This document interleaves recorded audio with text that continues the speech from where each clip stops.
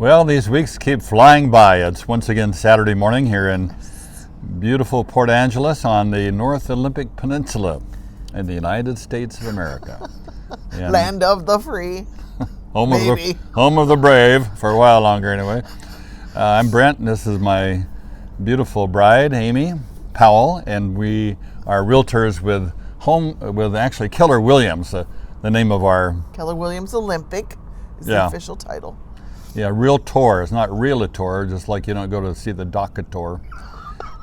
So we want you to get that right. But anyway, I know you don't care.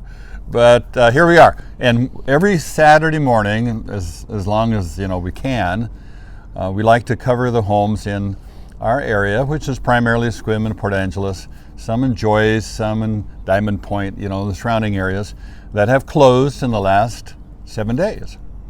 And these homes have gone under contract about 4 to 6 weeks ago, so there's a little lag in the trend, but we're still seeing a few trends we'll comment on. Would you like to fill in what I've left out? There's nothing. My cold is better. Thank you, everybody who wished me good health.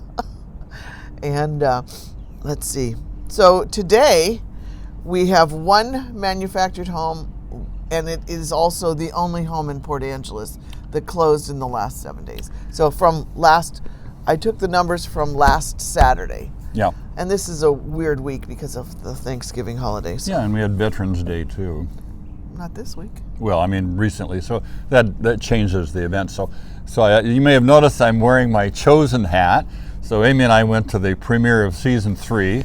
And at the theater. We actually have a theater here. It's not bad. And it was great.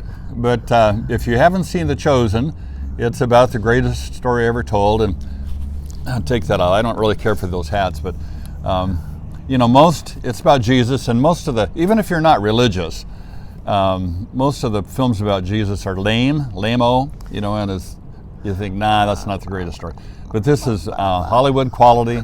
You get a chance to pick it up. It's well worth the time. It's just a great series. It's a series on television. It's in season 3 now. So, okay, you want me to start? I don't care. Okay, thank you. You seem to be in a talky mood. I'll shut up in a minute. Anyway, hey, did I tell you about I'll time it. Okay. Sorry, I just can't help it. So anyway, first one in Port Angeles is on Treasure Court. We actually had one of these homes under contract for quite a long time. Months. And it was originally marketed at $389,900, sold finally at $60,000 under at $329,900. 3 bedrooms, 2 baths, 128 days on the market. Built just this year, brand new, and it has 1,200. It's manufactured, so it was not built. It was manufactured. It was bolted together this year and put on the site. Yeah. Just almost an acre with a territorial view, 1,280 square feet. So that one was out in Joyce, near the Blackberry Cafe, if you ever need to reference that.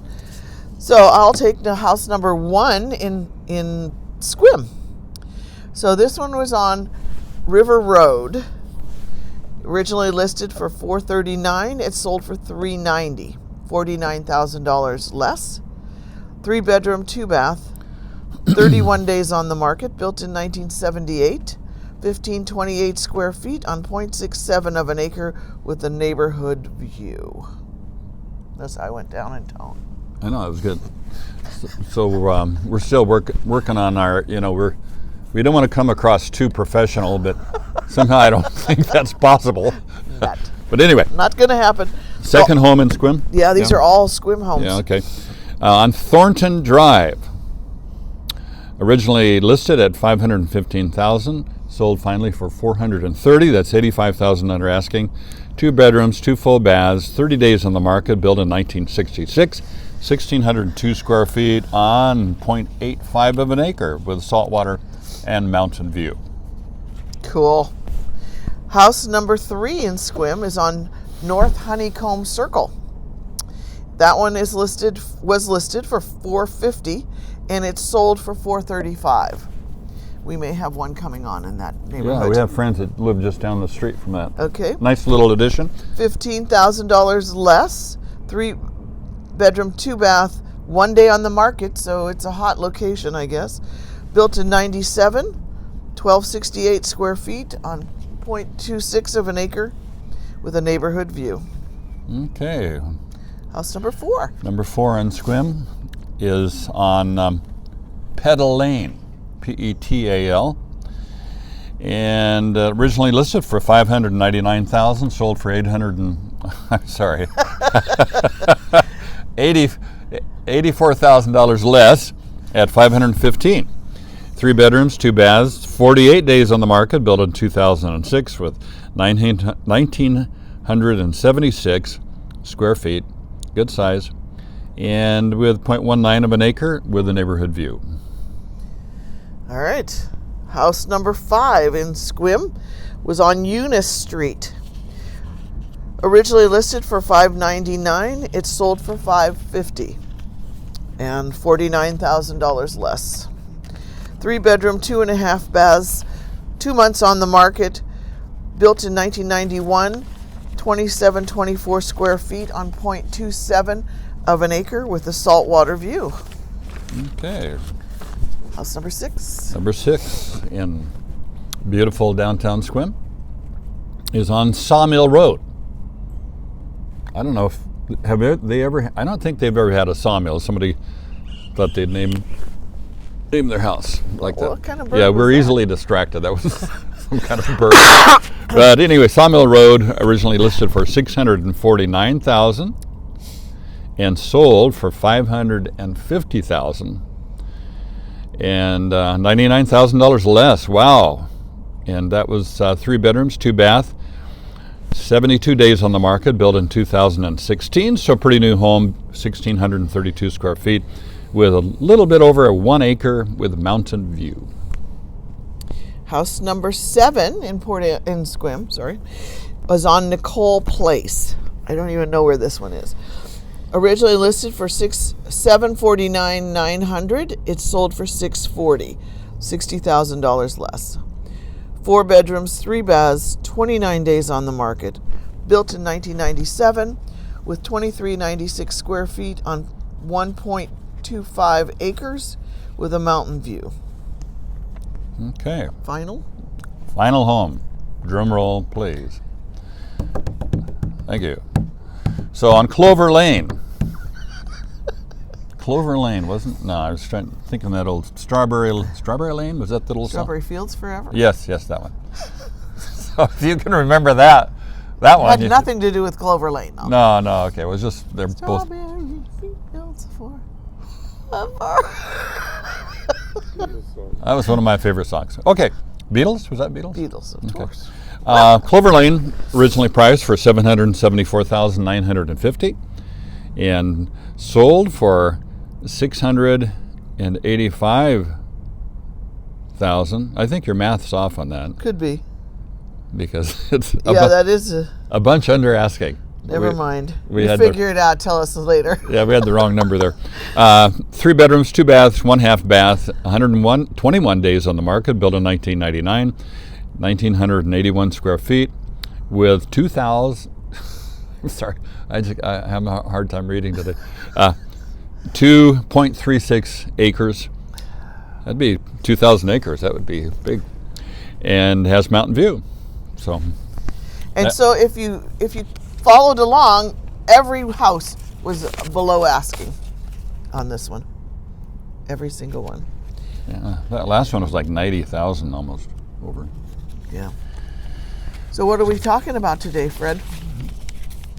First name's Fred. She calls me like that every now and then. But okay, Denise. We thought we'd talk about lenders because that's always a factor. There are probably more than we would ever expect cash buyers today, and if in this kind of a market, cash is king. Even though to the seller, it's all cash to them once it closes. But if you have a cash offer, you can close in as little as 2 weeks, depending on title and escrow, and getting everything concisely timed. 2 weeks to a month with cash offers. With lending, where it's financed, usually it takes 4 to 6 weeks. So So when you're making an offer, if you're a buyer, and most of you guys are buyers out there thinking of moving here. Out there. TV land? TV land, yes. The seller looks at who your loan is through, because all of those other agents have dealt with the lenders here in Port Angeles or Sequim, and they know them.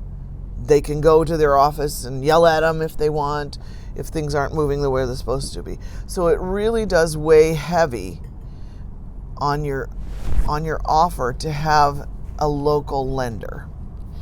I know it's tempting to just try to find the cheapest one online, but if you dig down, you'll find the origination fees, the other little add-on fees really do bring it back up and not good for you. Yeah, okay. We, as you can tell, didn't really rehearse this, but on purpose. But the thing with the national lenders, it'd be like Rocket Mortgage, or we just heard of a new one recently, Penny Mac, and I don't know how many there are, but probably 20 or 30 easily, who advertise on television. Those TV ads cost a lot, and so they usually will recoup those in ways that you may not be aware of right away. Yeah. So at the end of the deal, if you are good with numbers, you could run through the numbers and find out that, well, a lot of times it would have been actually cheaper to get a local lender. There's some other factors involved also, and that is with a national lender, and we've had a fair amount of experience with these national lenders, and some have gone very smoothly. And some are just over the pond, on the other side of the, on the other side of the Puget Sound. So regional lenders. So, yeah. For instance, in Seattle, there is a credit union that they advertise a lot, but we've had them walk away the week before the closing for some kind of lame brain excuse. It's like, we already got a pre-approval, and hey, we're supposed to close Thursday, and you're telling us now you're not going to fund the loan. So we choose not to deal with them if at all possible. But the choice is your final choice. Another thing about a national lender, which often happens, is that you find that you get shuffled around between agents. And so the person you initially talk to, and you do need to talk to somebody, not just online, is kind of a salesman. And they're trained to bring you into the system, and then you get handed off. And we had one where we got handed off like 4 or 5 times because, the initial, well, you got to see my specialized person, and then he was on vacation, and then the third person got sick. We're off to person number 4. So pretty soon you're dealing with somebody who has no emotional investment in your loan. And in addition to that, these people are on salary. They don't really get paid like the local people. The local people are brokers, so if they don't close your loan, they don't get a penny. And so that means they are very motivated to do whatever they can to make sure your loan closes. So in the case of the one where the credit union bailed on us a week before. There were 2 of them, actually. Yeah. It did close on time. I went down the hall from where I was, and there was a little lender, and we've done many deals with her, and we're hoping to get her on here sometime. And she rushed it through and got the house for her. Yeah, just in a matter of days. Yeah, so it can be done, and that's why we love local lenders. Okay, this is the cavalcade of reasons why we like local lenders. And there's a couple more. One is that some local, because this is a small town, and we're kind of suspicious of outsiders, We're all outsiders. Yeah, we're all outsiders. We all were, but we found it very friendly. But I think some sellers, especially if they've been here a long time, definitely prefer a local lender. We've had sellers who would accept a lower offer from a local that was locally funded by a local brokerage, whereas the national lender came in with a better offer. And the seller's agent wants to be able to call the lender and say, hey, is this going to close on time? What do we need? Are they doing their due diligence to get all their paperwork in? And that just doesn't happen with these. And the second reason is totally escaping my mind right now. Well, another case would be, it just drives me crazy when people say, "Oh, I've always dealt with Chase Bank. They know me." Nah, they don't know you. They don't know you from Adam. You're a number and a dollar amount. So Okay, I hope you're getting the point here. But so if you insist on, you happen to come here and want to buy a place, now you know, so hopefully you'll get a local lender. But if you don't, even if you choose a national lender, we are very eager and happy to make that help that work. yeah, but we'll be anticipating Yeah, problems. we just want you to be fully informed. Yeah. That's called due diligence. Anything else I this don't know, morning? we got heavy there on them. Yeah. We don't mean to yell at you or What anything. if you work for a local lender, don't take it personally. Well, no, the local lenders will love it. Oh no, not the local, the national. Thank you. So the other thing we wanted to talk about was our view and our proximity to the harbor, Yeah. because we were watching boats earlier. Look at them all. It's a drama. Like this morning, we had a big boat coming in, and there was a large Coast Guard ship shadowing Right. it. So, Right there. of course, if you're retired, like we are, kind of, we keep retiring, but you get the binoculars out, and it's just a lot of fun because you think, okay, are they boarding that tanker? Drugs or ill-gotten gain. Yeah. So occasionally there's a big, huge cruise ship will come in, and somebody's having a medical emergency, and they'll take care of Yes. that. And So if you can get a property with a view of the water, it's always entertaining. yeah, there's like 37 of them, so not a, there's probably several hundred, but there's not a lot. Yeah. Well, good. This is. You want to wrap it up for us? Like a Oh. Christmas present? Yeah. No, I don't know what to say. Okay. You're the one with words today. Okay. Thanks for tuning in. We always like seeing you, Kathy at Sunny Farms. Good to see you again. And if you're local, be sure to, And if you have a subject you want to have us talk about, or give our 2 cents about, just text, message, whatever, call. Anyway, we always like talking to you all.